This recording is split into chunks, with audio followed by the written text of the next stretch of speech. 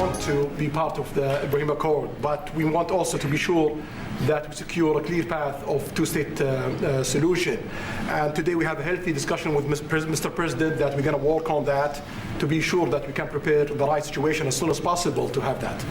I think we're, I don't want to use the word commitment, but we've had a very good talk on the Abraham Accords. We talked about one state, two state. We talked about a lot of things in a short period of time. We'll be discussing it further too. But I think you have a very good feeling toward the Abraham Accords. Yes, definitely, Mr. President. We want peace for the Israelis. We want peace for the Palestinians. We want them to coexist peacefully in the region. And we will do our best to reach that day. Saudi वली अहद Mohammed bin Salman ने इब्राहिमी मुआहदे में शमूलियत को मशरिक़ वुस्ता में 2 रियासती हल से मशरूत कर दिया। अमरीका में सरमायाकारी 10 खरब डॉलर तक बढ़ाने का वादा। अमरीका का सऊदी अरब के साथ स्ट्रेटेजिक दिफाई मुआहदा सऊदी अरब को अहम नॉन नेटो इत्तेहादी मुल्क करार दे दिया। मोहम्मद बिन सलमान और ट्रंप की व्हाइट हाउस में मुलाकात, ईशाइये में भी शिरकत। मीडिया से गुफ्तगू में सऊदी वली अहद ने कहा, फ़लस्तीन और इसराइल के लिए पायदार अमन चाहते हैं।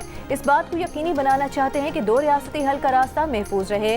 अमरीकी सदर ट्रंप ने कहा, मशरिक़ वुस्ता में देर पा अमन के करीब हैं। गजा पहले से ज्यादा महफूज है। बोर्ड ऑफ पीस में कई ममालिक के सरबराहान शामिल होंगे। स्ट्रेटेजिक दिफाई मुआहदे के तहत सऊदी अरब F-35 लड़ाका तैयारे और तकरीबन 300 टैंक खरीदेगा। अमरीका सिविल न्यूक्लियर टेक्नोलॉजी में भी सऊदी अरब से ताउन करेगा। अमरीकी सदर ट्रंप की जानिब से मोहम्मद बिन सलमान के एजाज में दिए गए ईशाइये में क्रिस्टियानो रोनाल्डो और इलॉन मस्क ने भी शिरकत की। इससे पहले व्हाइट हाउस पहुंचने पर सऊदी वली अहद का शानदार इस्तकबाल किया गया।